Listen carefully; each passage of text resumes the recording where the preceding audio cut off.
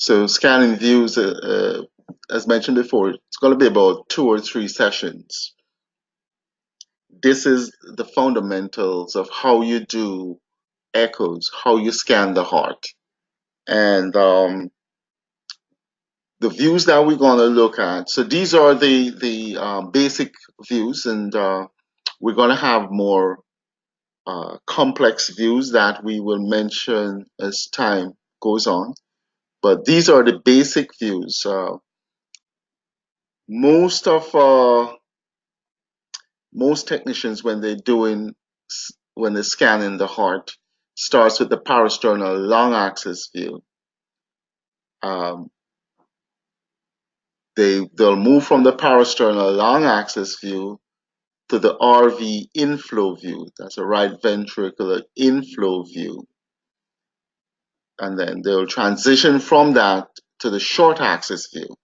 So they're parasternal short axis views. And you can start at the aortic valve level, transition to the mitral valve level, then the papillary muscle level, and the apex. Then you move to the apical windows. You do the apical 4 first, apical 2 after, apical 3, apical 5. Then you finish with the apical views. Then you go to subcostal views, and you finish up with the suprasternal views. It's very important when you're scanning, you need to have a format.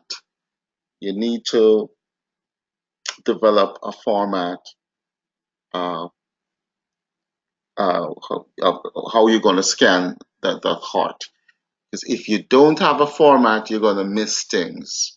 And the worst thing to do is to miss things, because the only thing that we're going to we'll have to do is to send you back to finish the views, because if you miss a view, you don't know what pathology you miss. Okay? So develop a schedule how you're going to scan the heart. Okay? So you have to have a protocol. That's one of the first things you'll have to do. Develop a protocol. All right. So let's look at the parasternal long axis view. So the parasternal long axis view, the transducer or the probe is positioned at the left fourth intercostal space, between the 3 and the 4th left intercostal space, right? So the transducer or the probe is positioned in the 3rd or 4th left intercostal space, and the marker. So all transducers, all probes have a marker, and the marker is going to be pointing towards the patient's right shoulder. Okay, so you put your transducer in the 3rd or 4th intercostal space. The marker is towards the patient's right shoulder, and you just adjust it. So again, when you're scanning, that is why you need to practice. These are minuscule movements, very fine movements. If you make any large movement, it's going to be huge on the screen. So these are very, very fine movements. All right. So when you position your transducer probe, as mentioned, this is what you need to get. This is the view you need to get. Okay, this is what we call the parasternal long axis view. Again, the transducer is positioned in the 3rd or 4th left intercostal space. So you're gonna count your intercostal space. The marker is going to be towards the patient's right shoulder, and this is the view you want to get. So what's the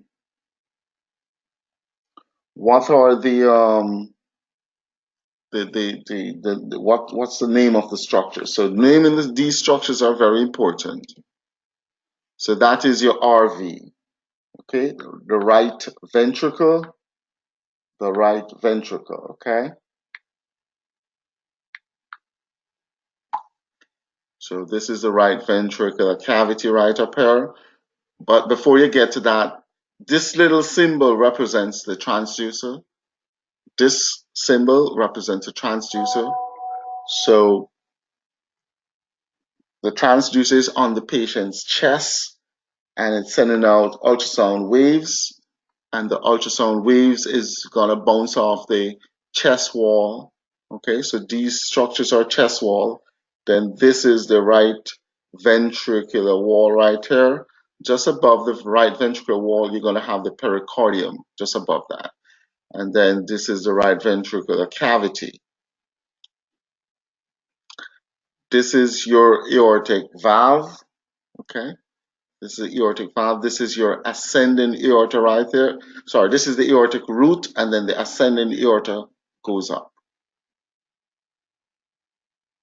This is your left atrium right there.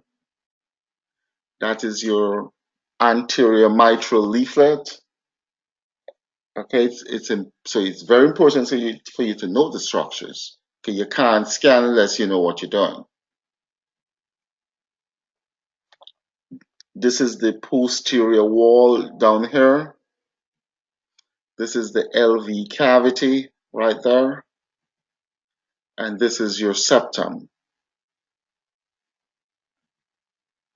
So again, this is the parasternal long axis view, and those are the structures you're going to encounter.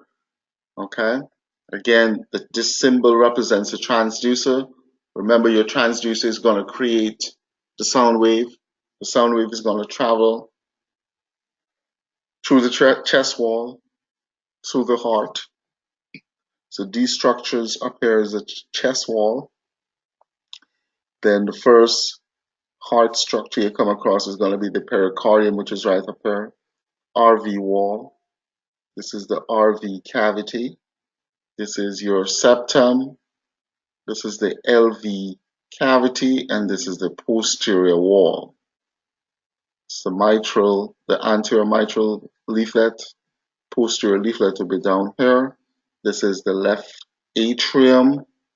This is the aortic valve, and this is the RV cavity. Parasternal long axis view. All right.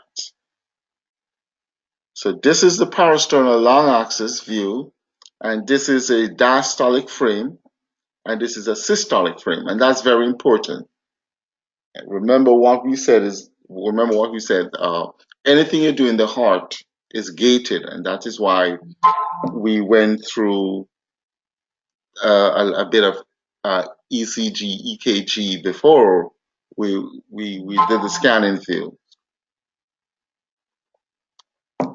Because when you scan in the heart, everything is gated. What we mean by that, it's either in systole or diastole. So if you look, you can see the ECG or EKG on the bottom.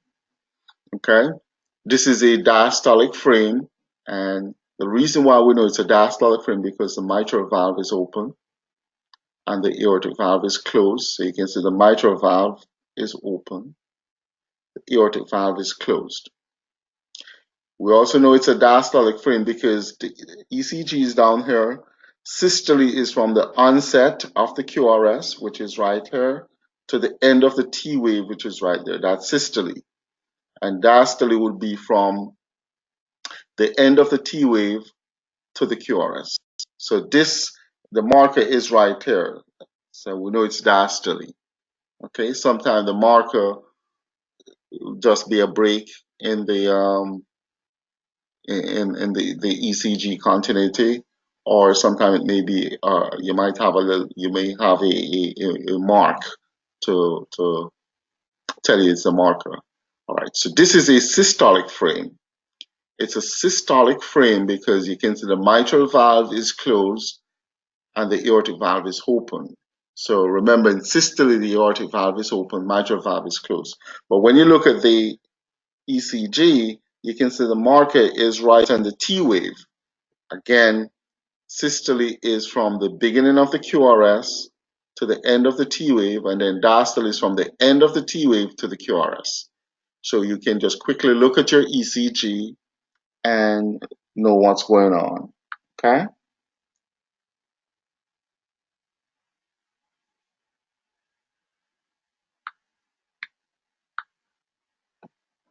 All right. So you have to note the difference between your systolic frame and diastolic frame. Now, it's important to know which frame is which, because we do our measurements. Some measurements we do in systole and some measurements are done in diastole. So you have to know the different frames. Now, in diastole, you're going to measure the septum, the thickness of the septum, that is. You're also going to measure the LV cavity size in diastole and the posterior wall thickness in diastole. So that's the septum right there. So we measure the thickness of the septum in diastole. We measure the LV, the left ventricle internal dimension in diastole, that is from the septum down to the posterior wall. And we measure the posterior wall thickness also in diastole. So it's very important for you to know which measurements you do in diastole, because we're going to look at those measurements and say, well, is the heart thickened or enlarged? Yes or no? Okay. Um, when you start doing your scanning, you will be taught how to measure as well. So, but in diastole, you're going to measure the thickness of the septum, the LV, the left ventricle internal dimension in diastole, the posterior wall also in diastole. And another measurement that you're gonna do is the aortic root. So the aortic root, so this is the aortic valve right here. So just beyond the aortic valve, you have the aortic root, and you're gonna measure the width of the aortic root. You're gonna measure the width of the aortic root also in diastole, right? So this is the aortic root. And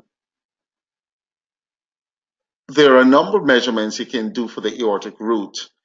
And we'll get to that, but when you're measuring the aortic root, you have to clearly specify where you're measuring, because there are a number of areas you can measure. So just above the aortic valve, you get this, what we call the sinus of Valsalva, which is a little outpouching. So you can measure the aortic root from one sinus to the next sinus, okay? Or you can measure it at the sinotubular junction. So just at the outpouching and where the aorta goes up, that junction is called the sinotubular junction. So you can measure it there as well. So it's important when you're measuring the aortic root to specify, because the measurements at the sinotubular junction is different from the measurement at the sinus to sinus. Okay, so just specify.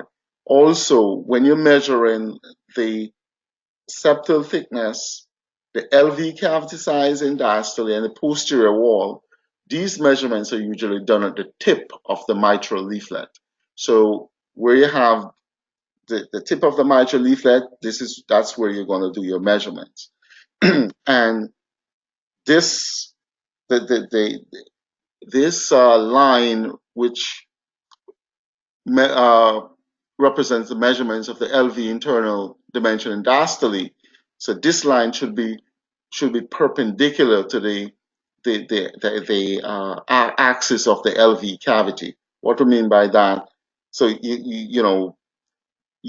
this line should be perpendicular to a line that represents the axis of the LV cavities, like there. Okay, so the tip of the mitral leaflet, and it should be perpendicular to this line. This is, you can see the LV cavity is going this direction, because some people will give me measurements looking like this. Okay, so this is definitely, this is not correct, because you, even though it's at the tip of the leaflet, it, if this is the line that represents the cavity, LV cavity, the axis of the LV cavity, or the orientation of the LV cavity, then this is not perpendicular to this line. Okay, so the yellow line represents a perpendicularity to, to this red line. So accurate measurements is very important, because you're going to determine if things are enlarged, yes or no, based on your measurements. So you should strive to get very accurate measurements. All right.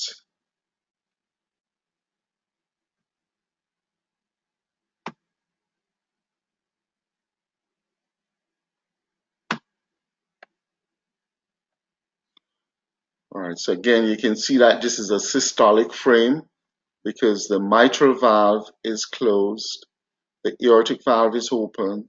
But when you look at your ECG, the marker, which is right here, is between the onset of the QRS and the end of the T wave. The marker is actually on the T wave. Okay, so again, systole represents the onset of the QRS to the end of the T wave. This, anything that falls within this area of the ECG is going to be systole. Anything that falls between the end of the T wave and the QRS is going to be diastole. Important to remember. So in your systolic frame, so there are certain measurements that you're going to do in systole.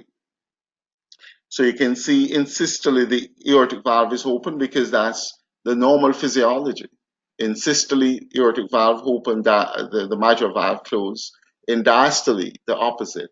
The mitral valve opens and the aortic valve closes. So that's your mitral valve, which is closed. That's,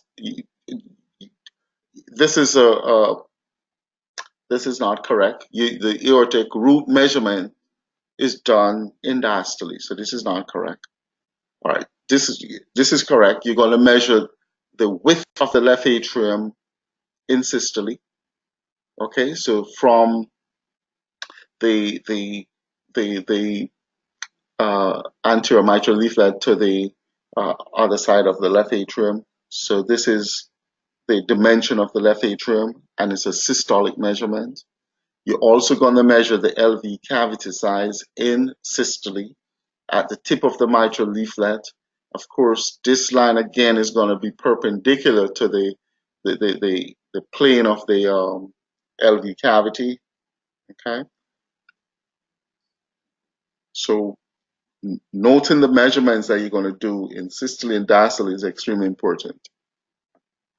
All right, so this is what we call the RV inflow view. So those are the parasternal long axis view. Now the RV, right ventricular inflow view. So when we say right ventricular inflow, that is blood flowing from the right atrium going into the right ventricle. That's RV inflow, the blood flowing into the right ventricle. This is a very important view. So how you get this view is, again, to get your parasternal long axis, remember, the transducer is in the third or fourth intercostal space. The marker points towards the patient's right shoulder, and you make minimal adjustments to get the views that we showed you previous. To get the RV inflow view, what you're going to do to get the RV inflow view, you're gonna in the transducer is in the third or fourth intercostal space, left intercostal space. You're gonna the top of the transducer, you're gonna position it towards the the left axilla. You're going to move it a little bit towards the left axilla, and this is the view that represents the RV inflow view. So what are these structures? The right ventricle is on top right here. This represents the right ventricle. Again, this symbol represents a transducer. Okay, the transducer is going to create the ultrasound wave. The ultrasound wave is going to travel through the chest wall. Okay, so these structures represent the chest wall. Then you get to the RV wall, then the RV cavity, right ventricle cavity. This is the tricuspid valve. Okay, and you have to know which one is the tricuspid valve. This is usually the anterior leaflet of the tricuspid valve right there, and the posterior leaflet is right over there. Then this is the right atrium. Okay, so, and again, we call it the RV inflow view because blood in the right atrium is going to travel across the tricuspid valve into the right ventricle.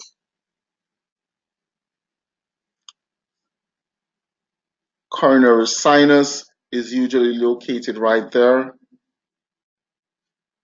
The inferior vena cava is usually right there. Remember, the inferior vena cava is going to drain into the inferior vena cava, and superior vena cava is going to drain into the right atrium.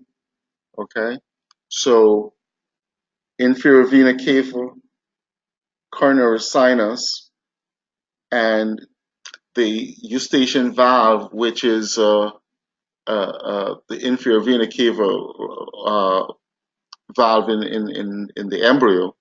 It's a remnant, the eustachian valve. Sometimes you can see it in this view flapping into the right atrium. So the RV inflow view, very important view. From your third or fourth intercostal space, left intercostal space, you're gonna point the top of the transducer towards the left axilla, and these are the structures. Okay, again, this is the transducer. The symbol represents a transducer. The chest wall is right there. RV wall, RV cavity, right ventricle cavity. Okay, tricuspid valve is right there. This is the anterior leaflet of the tricuspid valve. This is the posterior leaflet of the tricuspid valve. This is your ventricular septum. So this structure represents the ventricular septum, which separates the left ventricle from the right ventricle. Okay, and then this is your right atrium right there. Coronary sinus is right there. Inferior vena cava is right there. Okay, and sometimes you can see the eustachian valve. Okay.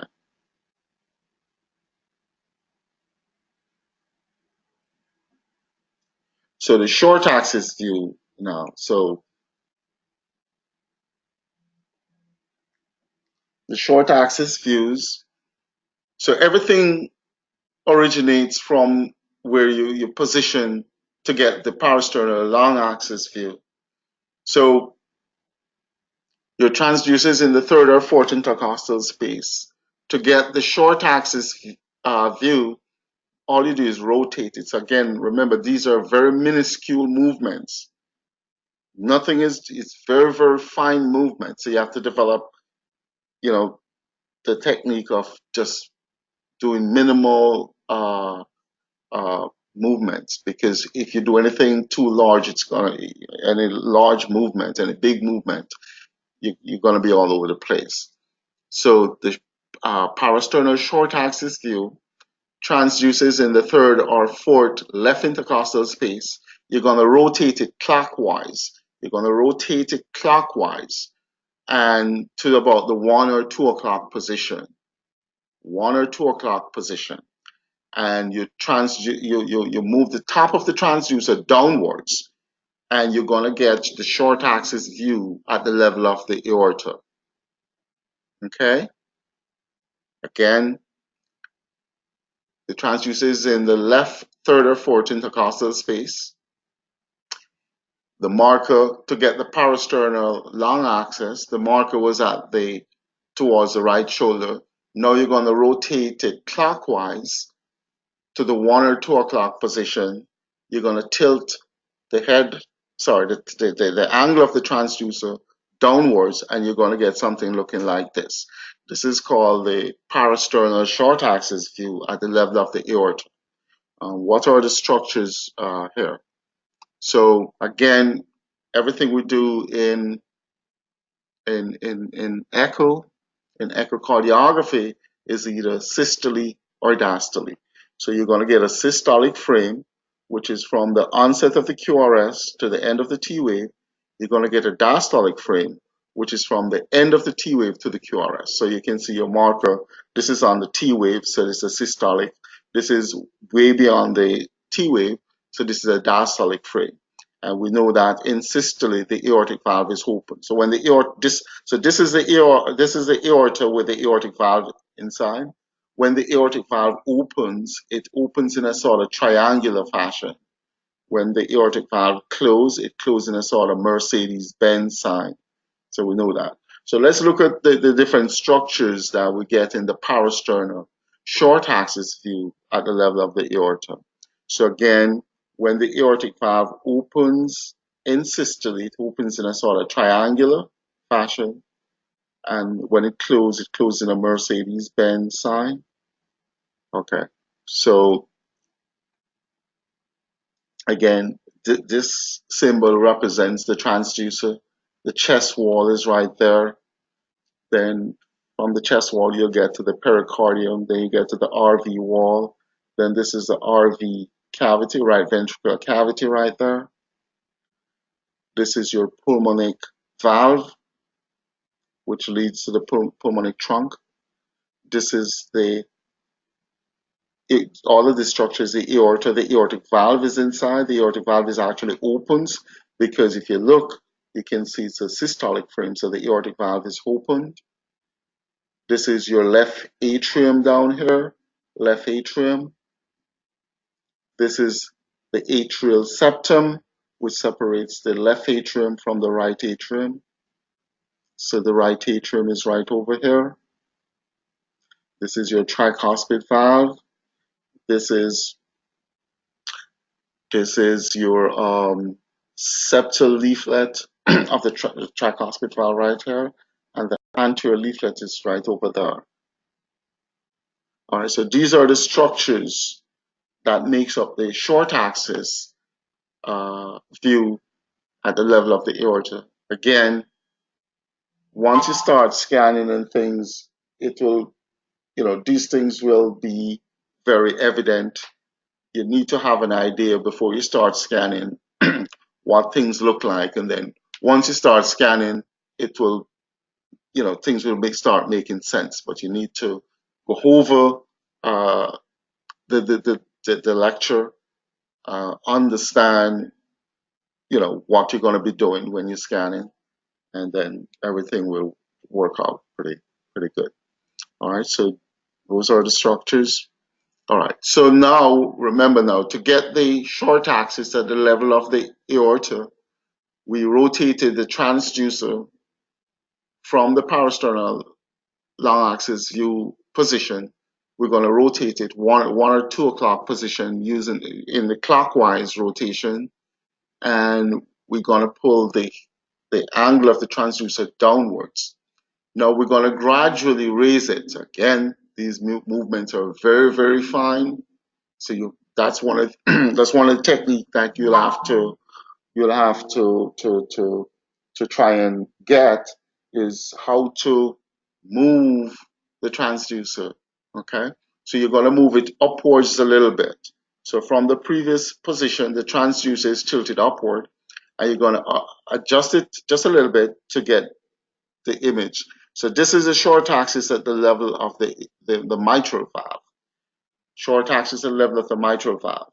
So you're going to get a systolic frame and a diastolic frame. The systolic frame is anywhere between the onset of the QRS to the end of the T wave. Your diastolic frame is going to be from the end of the T wave to the QRS. So this is a systolic frame. So you remember, in systole, the mitral valve is closed. In diastole, the mitral valve is opened. So let's look at these structures. So this is the diastolic frame. This is the mitral valve inside. Okay. This is the wall of the left ventricle. So let's look at the structures. So this is actually, and we're gonna we have a separate lecture where we identify the different walls. This is what we call, this is the anterior wall of the left ventricle. The septum is right over here. Okay. And the mitral valve is right here. The anterior leaflet is on top, posterior leaflet is on the bottom. This is the LV cavity, left ventricular cavity right there. And this is the right ventricular cavity over there. Okay, so short axis at the level of the mitral valve. This is a diastolic frame, and you can look at the systolic frame. So all you're doing now, you moving the angle of the transducer. So it was down, you're moving it upwards now. Very, very fine movement. So we have the short axis at the level of the papillary muscle. To get short axis at the level of the papillary muscle, you're still moving it upwards a little bit. So when you're moving the angle of the transducer upwards, you're going to encounter the mitral valve first. Then you move it upwards a little bit more, and you're going to encounter the papillary muscle. This is a very important view. So it's a short axis at the level of the papillary muscles. Again, this is the transducer. The transducer creates the sound wave, going to travel through the chest wall. You first encounter the pericardium. The first arch structure is the pericardium, then the RV wall. This is the right ventricular cavity up here. Okay, this is the wall of the left ventricle, the anterior wall. This is the septum, and these structures are the papillary muscles. These structures are the papillary muscles, and you have to know the name of the different papillary muscles. This one is your anterior lateral papillary muscle, posterior medial papillary muscle. So posterior medial papillary muscle, anterior lateral papillary muscle. Okay, so again, this is the LV cavity inside there, the anterior wall. This is your inferior wall, lateral wall is over there. So short axis at the level of the papillary muscle, you're moving the transducer upwards. Again, we could teach you how to do this forever. You have to do it. You have to practice it. So now you're going to come to the apex of the heart. You're still moving the angle of the transducer upwards. So the transducer is tilted even further, more upwards from the previous position. You're going to adjust it to get, this is the apex. So you'll move away from the papillary muscles, and then this is the apex of the heart. If you look at the heart, the short axis is what we call bread loaf in the heart. So if you could cut the heart like you'd cut a loaf of bread from the apex going straight to the base where you have the mitral valve, that's how you're going to see, that's what we're looking at. Those are the structures that we're looking at. So this is the apex of the heart. The anterior wall is on top, inferior wall is on the bottom, lateral wall is over here, and this is the septum. Okay, so this is the apex of the heart. And again, everything we do is either systole or diastole. So we're gonna stop at the short axis view at the apex. And on Monday, we're gonna finish up. So this is only gonna take 2 sessions, but this is gonna form the basis of your echo career. These are the standard views that you're going to be doing. So you need to know them very well, that when you start scanning, things will make sense. If you don't go into the scanning sessions with some background knowledge, it's going to be difficult. So go over them, understand the views, know the structures that makes up the views, and have an idea how to get them so that when you actually start your scanning, it will be a smooth transition. So again, the lectures will be posted